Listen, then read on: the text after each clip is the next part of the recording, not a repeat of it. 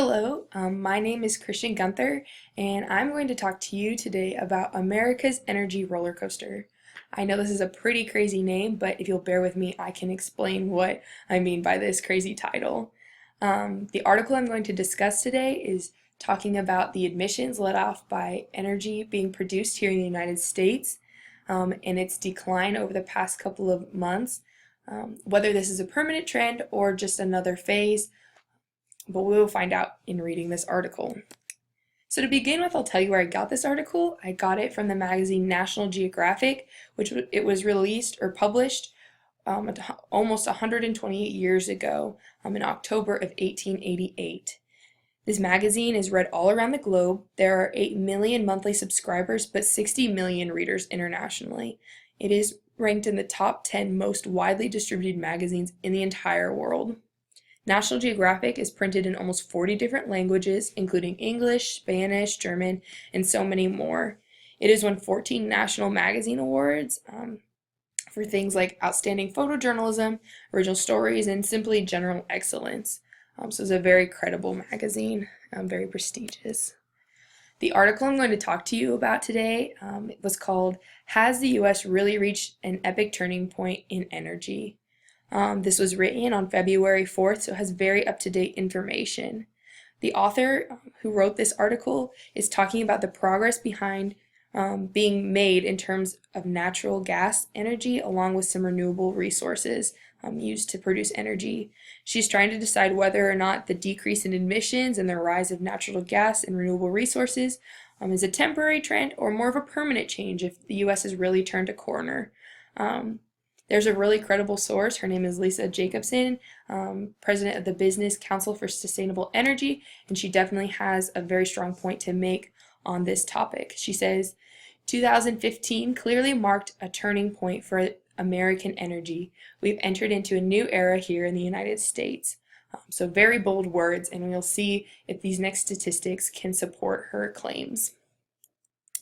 So here are the statistics brought to you in the article, showing you the rise of natural gases, the lowering of emissions, and the lowering of coal power here in the United States. While energy produced by coal continues to decline, the use of natural gas continues to rise. According to this article, the most added source to the power grid was renewable energy and natural gases, putting carbon emissions at a 20-year low here for the United States. So 10 years ago, coal powered 50% of the U.S.'s energy, now only powers 33.6%. So a very drastic change in the last 10 years. Natural gas is used here in the United States. 32.5% of the U.S.'s power is provided by natural gas, which is only a percentage point short of coal's power usage. And according to this article, after calculating the percentages from the more recent months, it's very possible that natural gas has surpassed coal power. It is definitely very close. So the power plant emissions are actually down 4.3% since 2014, so almost a year, or only a year, but down 17.8% since 2005. The goal in 2030 is to be down another 14.2%, and so on this schedule, it is very likely and very possible that if we continue to progress, we can be down that by 2030. Especially as the rise of power plants, efficient power plants, continue to pop up around the country. So here you see a map of the United States. You can see all of the power plants being built represented by these colorful circles. The largest plants being produced are natural gas, as you can see by the reddish pink dots here on the East Coast and around the country. Those are the largest power plants being built in the next couple of months, but the most abundant is the solar power. You can see the yellow dots sporadically around the country. There are a lot of solar plants going up in the next couple of months, along with wind, a couple hydroelectric, a couple nuclear, and the very occasional coal, but coal is not being a prominent energy producer any longer. You can see that there are only a couple of very small coal plants being produced in the next couple months. So yeah, a lot of renewable energy. Here are some statistics concerning the CO2 emissions from energy. You can see that coal is the main producer of CO2 emissions here in the United States. it is over triple all the others combined. Natural gas is only at 22%, but it produces around the same amount of energy here for the United States. And so you can definitely see the benefit in using natural gas versus coal, and how much of the CO2 would be cut if we just use more natural gas and more natural resources, rather than burning so much coal. So what does the energy produced by the United States even have to do with the environment? What does the effect of producing energy have to do with our environment? Emissions from power plants accounts for 40% of all U.S. CO2 production, which is cited from the Union of Concerned Scientists, so another credible source. That is more than all of our automobiles and planes combined. In the textbook, I was just reading, there are two major points that seemed relative in this article. These two problems are just a battle between environmental concerns and human concerns. So the first problem is preservation or conservation of nature versus human exploitation of nature. And the second problem here is human health versus unregulated business and pollution of the commons. And the commons are air, water, and soil, but right now we're talking about the pollution of air. So these two problems are very relative in the United States today, trying to decide whether we preserve and conserve nature and add to human health, or we exploit nature and pollute our just natural environment.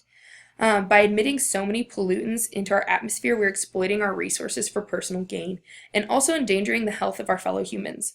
This article is directed at America and their need to cut back on CO2 released from energy production.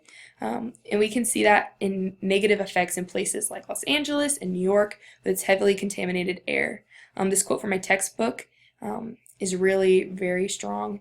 My point is that although nature invites different responses from us, it is in itself politically silent. Ultimately, it is we, through our symbolic actions, who invest in seasons and species with means and values.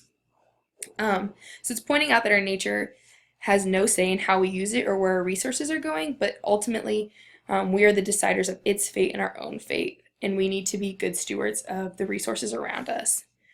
So very important in our environment.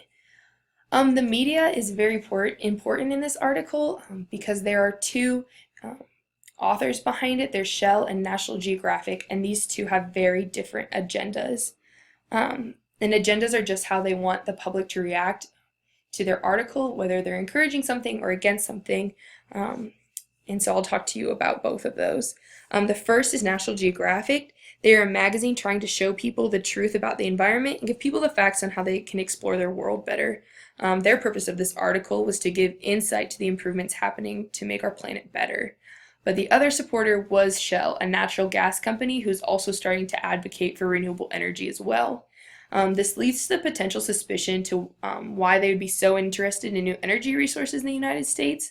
One could even assume that they would have no problem tearing down coal industry, which is one of their largest competitors.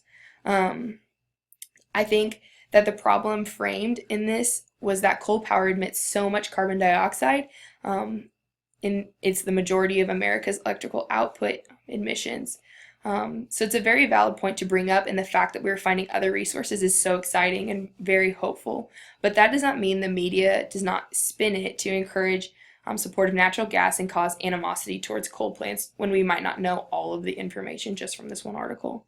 However, when you look at the angle of this piece, one thing is very noticeable.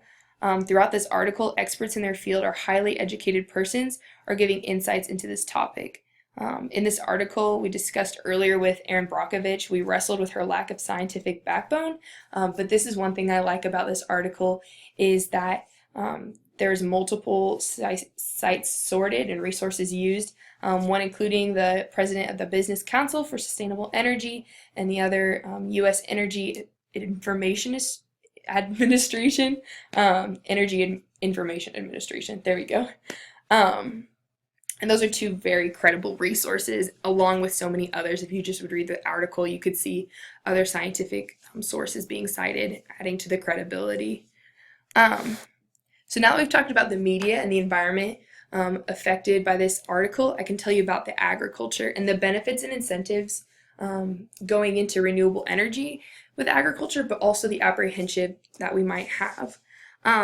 So I asked my friend who goes here to K-State and is very involved in the agriculture business, what her ideas would be for the benefits and the concerns she'd have for renewable resources. She told me that one benefit comes from wind power. The government incentivizes the cultivating of wind crop and offers money to farmers who are willing to have wind turbines on their land. Another benefit is the ability to cut costs on electricity due to solar panels on irrigation equipment. So it'll be more cost effective for farmers to have solar panels rather than lugging a lot of power sources out to their fields. They can just use what's already there. They can use the sun as a renewable energy source in the right conditions. But that's where the apprehension appears for agriculturists. Their first concern is the inconsistency we see in weather.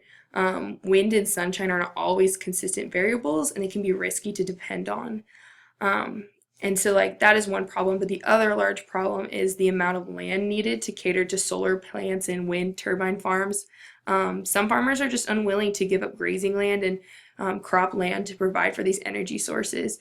And it is such a risky thing. It's such an underdeveloped thing to put their livelihood on an unknown product. So it's just risky for them. So yeah, those are the benefits and the concerns they have. So now I'm just going to move on to discussion questions. To begin with, I'm going to ask about the economy. What will the progression of cleaner energy do to our economy? Will clean energy even impact our economy? Will it be for good or for bad? I know a lot of large companies depend on dirty resources and environmentally unfriendly energy resources. So is it worth the transition and the money for these large companies, and will they change? My next question is, how can we act globally rather than nationally? We can see that Denmark has 30% renewable energy in their country alone, whereas the United States only has less than 4%. Can we take what Denmark is doing and put it in our own states, in our own country? Are we using our international allies to help us become more eco-friendly? And finally, will old-fashioned farmers see the value in new technology? Will the cost of renewable energy outweigh the cons for agriculturists? Yeah. So I'm just going to talk really fast about why I chose this article. I originally wanted to choose something that would make me think really hard, get my hands dirty, not necessarily relate directly back to environment, but instead I realized while I was doing my search, I don't know that much about climate change and about global warming, about how the US is doing to prevent these things. So I really wanted to see how they were wrestling with these large things like emissions due to energy, something we use all the time, something we need. So one thing about this article I loved was the simple language. It made me understand climate change on small levels. I didn't need a master's degree to understand what this article was saying, but it gave me the facts. Another reason I picked this article was because growing up I thought that global warming and climate change was a myth, a ploy by the government to get our money, but more and more recently as I've been getting into college and doing more research, I see that global warming and climate change are happening around us, and the important thing is what we are doing to change it, whether the US is on the right track or not, which according to this article it really sounds like we are.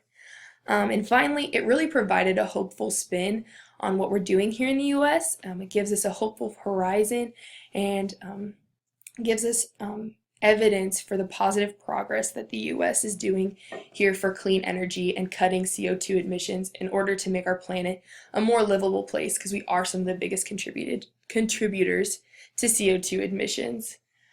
So after reviewing this article and seeing the impact energy has on the United States CO2 emission, it seems clear that we should be pursuing more renewable energy resources, whether it's natural gases, but more importantly probably wind and hydroelectric and solar plants and things like that, solar power. I really hope that this article and me talking explained things better to you. I know that I understand this topic so much better, and I had a really good time looking all this up and solving my curiosity. So thank you for your time, and thank you for listening.